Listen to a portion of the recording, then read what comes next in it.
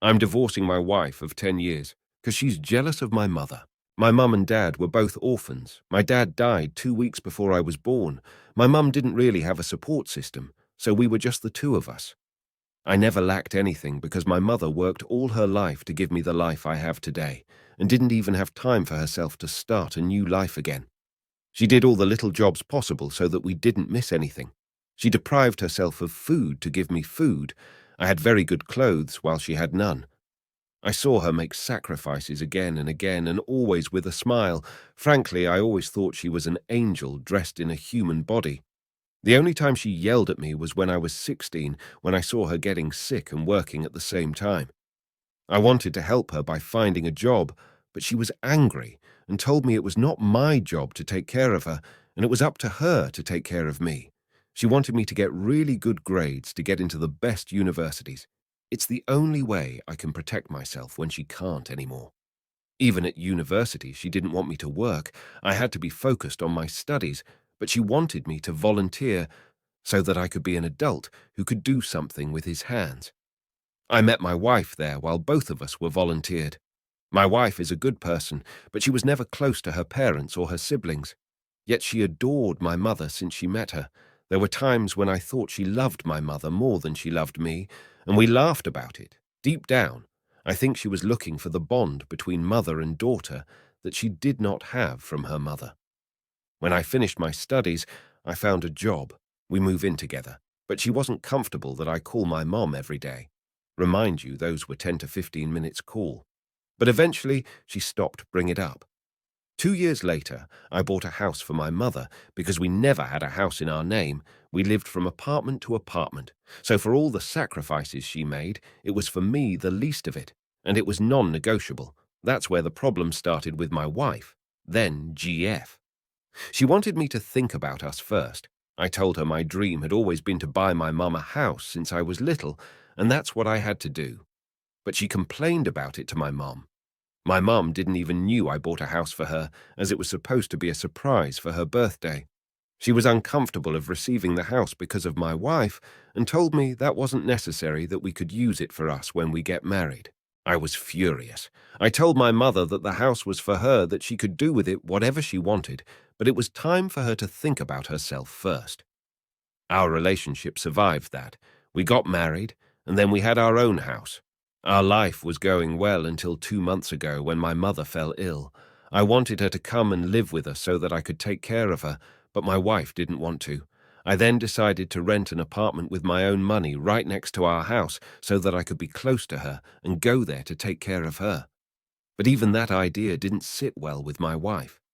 Me and my wife don't have children yet. We both work. I usually come home at 6 p.m. But since my mother is sick, I go to see her and come home at 8 p.m. on weekends. I see her for 1 or 2 hours, and the rest of the time I spend it with my wife. We go on dates. I always accompany her in her hobbies, even though she never went to mine. 2 days ago, she told me that she thought about it, and she thinks I prioritize my mother too much. She told me that I had to choose between my mother and the life I want to build with her. The truth is that I never made her feel that way. We both work, but I'm the one who cooks, and I pay a person to do the housework. I make sure I do the dishes she likes. She didn't even know what I like to eat because I never complain. I run her baths, give her massages, flowers.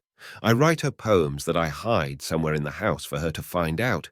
We go on a trip 1 weekend a month. I earn much more money than her. I told her to keep her money for herself, and I take care of all the bills, even hers. I always make sure to listen to her and consider her opinion. And I think I am easygoing because I can change my mind to accommodate hers. But I realize that she tries to completely dominate me, and the only subject where I don't give her a choice is my relationship with my mother. So there, I'm going to have a talk with her and put some very clear boundaries. If she doesn't want to, well, we're going to divorce. Just want it out of my chest. Relevant comments. There were a lot of them, so I chose only a few.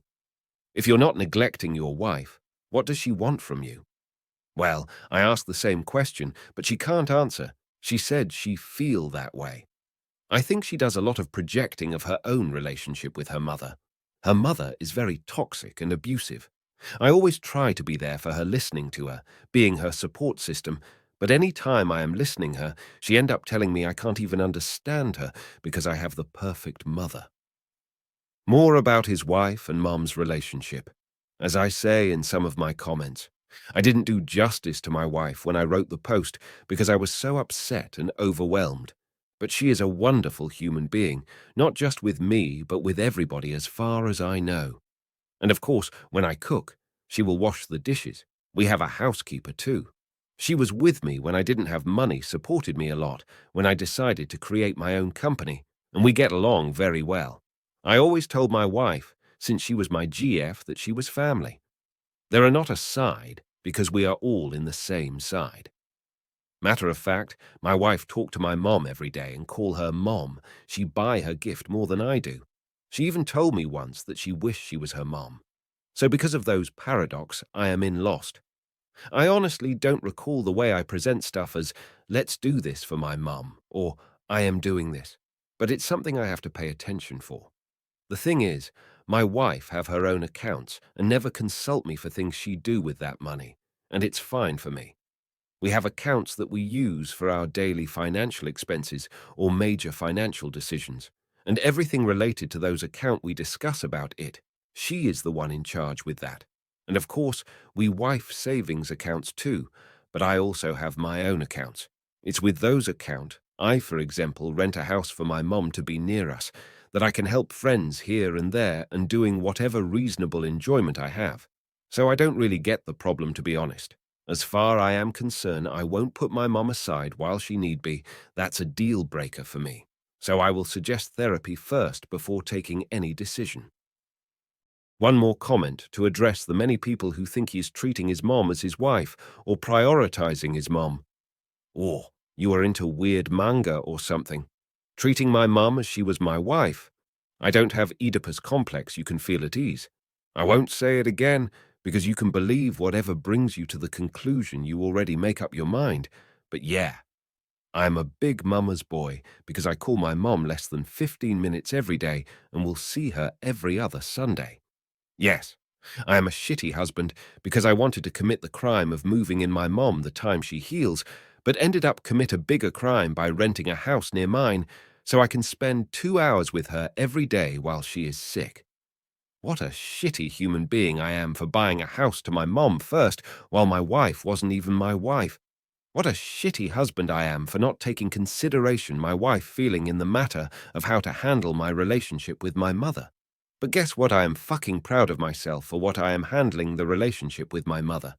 I'm just a different human being than you. So you do you, and I'll stay the shitty human I am. First update. Hi guys, I keep getting messages asking me for an update. I wanted to do it sooner, but couldn't spare time to do it properly. First of all, I would like to thank everyone for the comments and DMs in my last post. I tried to reply to everyone, but I couldn't. I read you all though. Before confronting my wife, I had time to reflect, and I came to the conclusion that I will never again let anyone in my life dictate the relationship I should have with my mother or the time I should dedicate to her. So I decided to answer the ultimatum, but first I wanted to know if there was another reason why she gave me this ultimatum. She replied that nope. I asked her, apart from what she blamed me for, was there something she wanted to tell me but couldn't tell me? She said there was nothing and asked me to come to the point, so I told her I wanted a divorce. She remained frozen. I think she was shocked because she wasn't talking. She was just staring at me. I tell her everything that was on my mind, that our values are too different. I was going through the worst moment of my life. My mother was sick. We did several tests with her. We still don't know what she's suffering from. We don't know her family medical history because she was an orphan. It makes me anxious to know that overnight I could find myself alone in the world. Yes, alone in the world, because in these difficult times, all I needed was her support. But if my own wife thinks that I should give less attention to my mother who is sick and who needs me more than ever, it's time to go to our separate way. She still didn't say anything, so I told her I'm going to a hotel for now and we'll discuss later how we're going to separate. I took some of my things and left. The next day, when I went to see my mother, she figured out something wasn't right. But I was not going to tell her I was separating from my wife because she could not bear our relationship, especially since she was sick like that. I didn't want to add more torment to her. I never discuss my marriage issues with my mother anyway, so she does not know our problems, and honestly, she adores my wife too much, and my wife behaves as if she was her own mother, so I was not going to tell her what she was thinking behind her back. My mom ends up telling me that my wife didn't come by that day. Yes, my wife, who asks me to reduce my contact with my mother, was seeing her every day, and I never asked her to do anything for my mother. She calls my mother Mom. When she gets sick, she used to go to my mother so she will take care of her. It used to hurt me because it's as if I couldn't take care of her. But she said that this was not the same. The attentions of a mother are different. I told myself that it was her way of creating a mother-daughter bond that she never had, and I understood her. She ever said her mother used to tell her that she was not supposed to be born, that she was an accident, that she almost aborted her, and regrets not doing it. Only a monster could say that to her child. So I never said anything whenever she wanted my mother's attention. Besides, I received enough love to share with whoever wanted. My mother, after I left home to study, became a foster mom for children. She always did until 2 years ago. I have always loved each of the children with whom I still keep in touch and whom I consider to be my siblings. Once a year, we all went on vacation together for a week, the children, my mother, and my wife. I generally take 2 months of vacation, of which the 6 weeks I devoted it to my wife, but the 2 weeks that I devote to my mother and the children, it was too much for my wife. Anyway, I'm rambling. So when my mom told me she didn't come to see her that day, I went back home because I was worried. I found her in the bathroom with her clothes and red eyes like she was crying all along. Seeing her like that was unbearable. I helped her out, but this woman, who has so much pride, collapsed in front of me with lot of crying. I don't know if it was an hour or two, but she kept crying. Calm down, crying again. I just stayed silent. She ended up telling me that deep down, she never wanted me to involve any less in my mother life. She was always jealous of our relationship. She was always jealous of the attention my mother gave to the other children. She knows that it wasn't rational, but she couldn't help constantly striving to be number one in my mother's heart. It was kind of a competition for her. So when I wanted to take care of my mom, she didn't want me to be the one taking care of her. I was honestly furious, without saying anything, of course, but I wondered if she was a psychopath or something. We are talking about a person who is seriously ill, and she is thinking about her damn competition, even if it means sabotaging the relationship I have with my mother and putting us in a situation where I wanted to divorce her. She told me that she was very jealous of me, and that she would have liked to be in my place. If she had to choose, she would have even chosen to be my mother's child rather than my wife, even if I was the love of her life and the only man she ever known.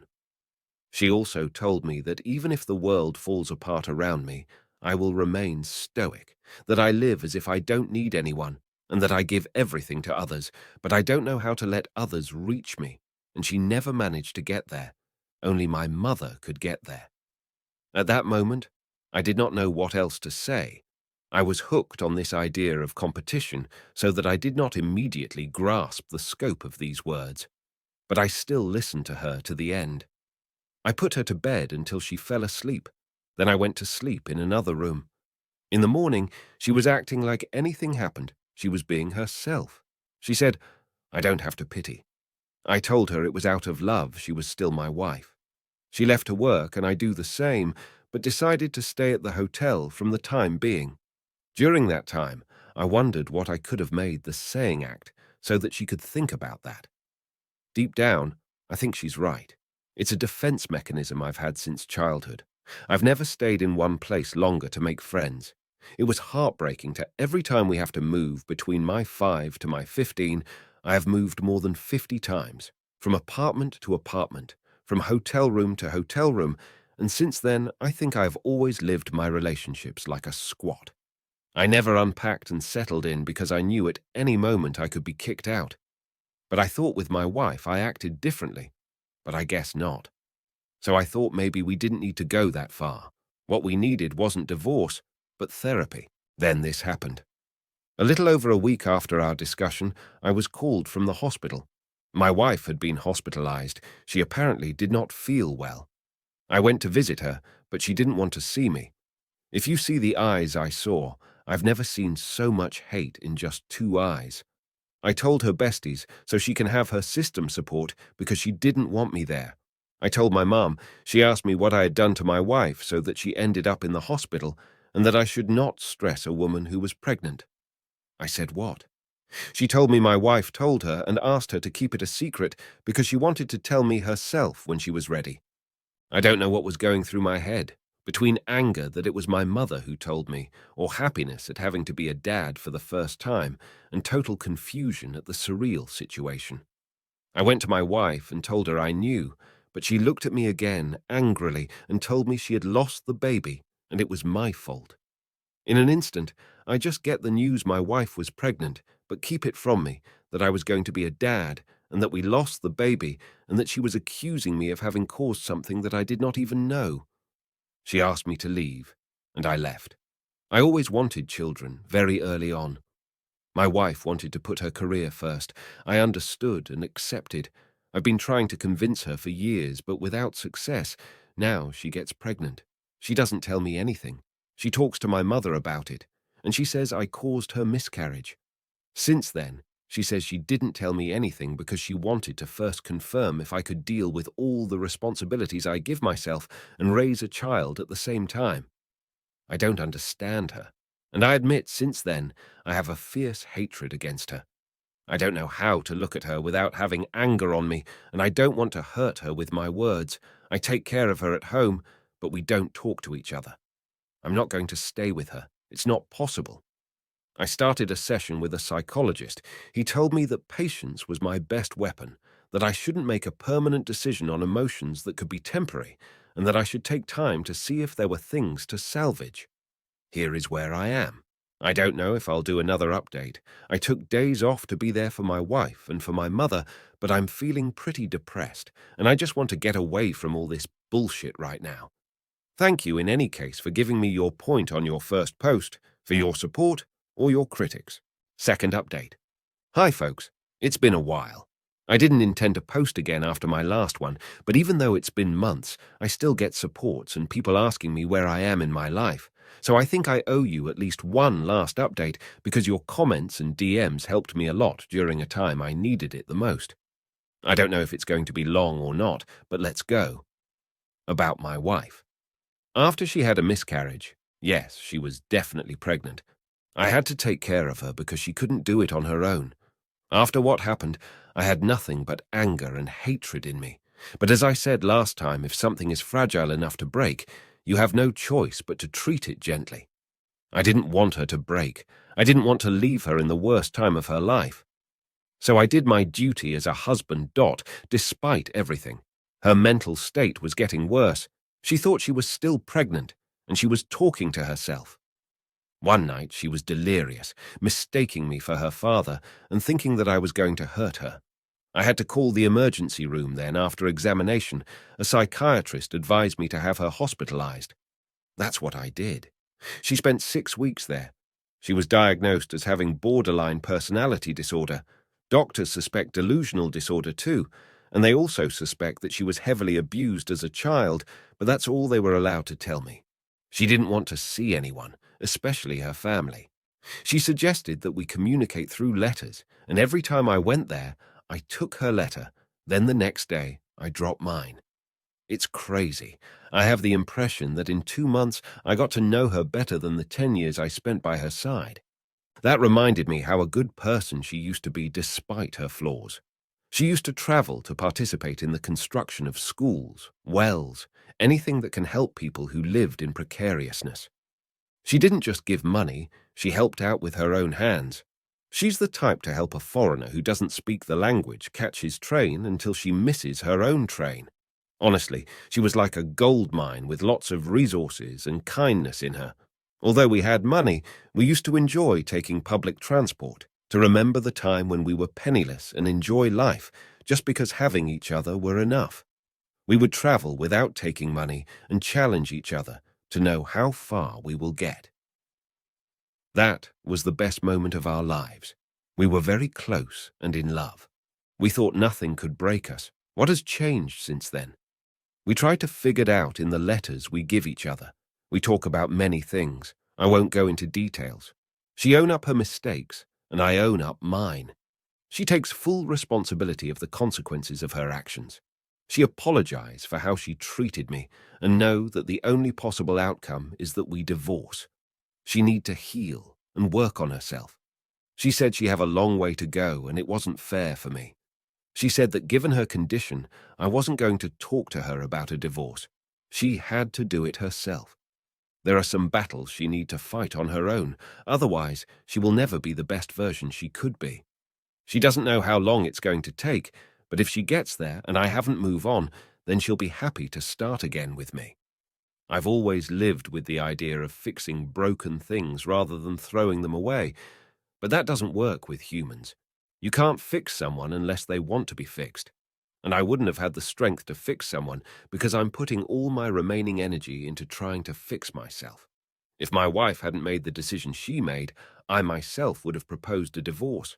Paradoxically, it was because she made the decision she made that I saw that there was hope for us. I then offered her a separation rather than a divorce. And a year from now, if we still want to get divorced, we'll get divorced. If we trust that we could be in a healthy relationship, then we'll get to know each other again, communicate, and try to do things differently. She agreed and said that was what she hoped. When she got out of the hospital, she didn't want us to meet, because if we saw each other, she wouldn't have had the strength to keep her resolutions.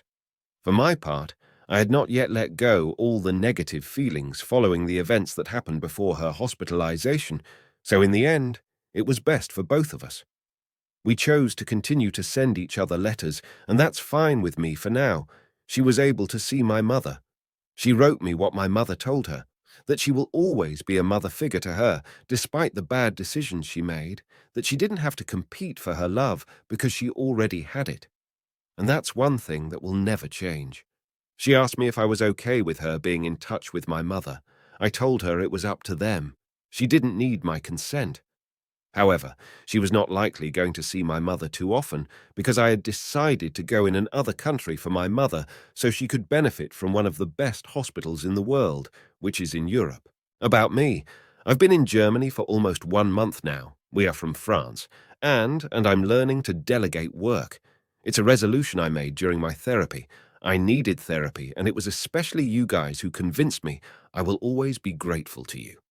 The therapy sessions were so heavy and tiring that I didn't have the strength to do much after leaving my therapist's room, but it get better over time. I'm currently working remotely. I go back to France once a week to settle things at work and continue my therapy sessions because I don't want to change therapists. I manage to devote time only to myself, which is actually good. One of my foster brothers wanted to come with us to Germany since he manages to work remotely too. He's a great help. In short, I'm getting better and better. About my mum. This is probably the most difficult subject to discuss, and I admit that I don't really want to talk about it, but I also think that talking about it here is good practice to be able to talk about it in my life. A few years ago, we lived from apartment to apartment, hotel to hotel. This is one of the worst times of our lives. The state always found us a place to sleep because we were a single mother and a child. It wasn't stable because we had to change places every time, but it was better than sleeping outside. My mother was, and still is, a very beautiful woman. It happened that she received sexual proposals for an apartment right in front of my eyes. I don't know what she went through with my dad, but she never wanted to be with another person because she says death doesn't stop a loving relationship from continuing. There was an association that used to take care of us by always finding for us a place to stay at night. One day, one of the people who were in charge to find us places to sleep wanted us to stay in his apartment, the time that they find us a better place, because we were in a very unsanitary hotel. My mother didn't want to go, but I convinced her to go because the idea of sleeping warm in a good bed was all I could think of. But after we had dinner on his place, he started making move on my mother, who stopped him right away. He told us it was either that or we get out of his house. So we left. We went back to the hotel where we were, but our room was already taken. There was nothing we could do, at least that day, so we chose to slept outside. Trigger warning. The following part mentions R-word. If that is something that triggers you, kindly skip to the part after that. Timestamp for it can be found in the pinned comment down below. At some point, while sleeping, we were woken up by a group of men who were trying to R-word my mother. They hit me so hard that I was even afraid to try to help my mom. Some other men, whom I guess came back from a party, heard the screams and came to help us. Our attackers fled. I always said that my mother was almost R-worded. That's what I always said, and I ended up believing it. But my mother was indeed R-worded before my eyes. I finally said it. My mother was R-worded before my eyes, and I couldn't do anything. If that day we had thrown ourselves into each other's arms and cried together, maybe things would have been different. But she got up, took my arm, and told me that this place was not safe, that we had to look for a safer place. That was all. We never talked about that day again. We carried on with our lives as if nothing had happened. Things got better eventually. She worked hard so that I could be successful. She invested all the money she earned in her entire life on my project, and today I owe her the company I created. How did she manage to survive the hell she'd been through? Ever since I came to terms with the idea that she was raped, all I wanted was to tell her about it. But it's not about me, it's about her. She's the one who experienced the worst. I would so much like to talk to her about it, but I don't know what good can come out of it after so many years. That's it, that's all. As for today, her condition is improving. The future looks brighter than it did a few months ago. Well, I think that's all. This will be my last post. To all who have followed me in those hard times, I thank you from the bottom of my heart and wish you the best in your life. May what you have left to live be better than what you have already lived. I would so much like to talk to her about it, but I don't know what good can come out of it after so many years. That's it, that's all. As for today, her condition is improving. The future looks brighter than it did a few months ago. Well, I think that's all. This will be my last post. To all who have followed me in those hard times, I thank you from the bottom of my heart and wish you the best in your life. May what you have left to live be better than what you have already lived. I would so much like to talk to her about it, but I don't know what good can come out of it after so many years. That's it, that's all. As for today, her condition is improving. The future looks brighter than it did a few months ago. Well, I think that's all. This will be my last post. To all who have followed me in those hard times, I thank you from the bottom of my heart and wish you the best in your life. May what you have left to live be better than what you have already lived.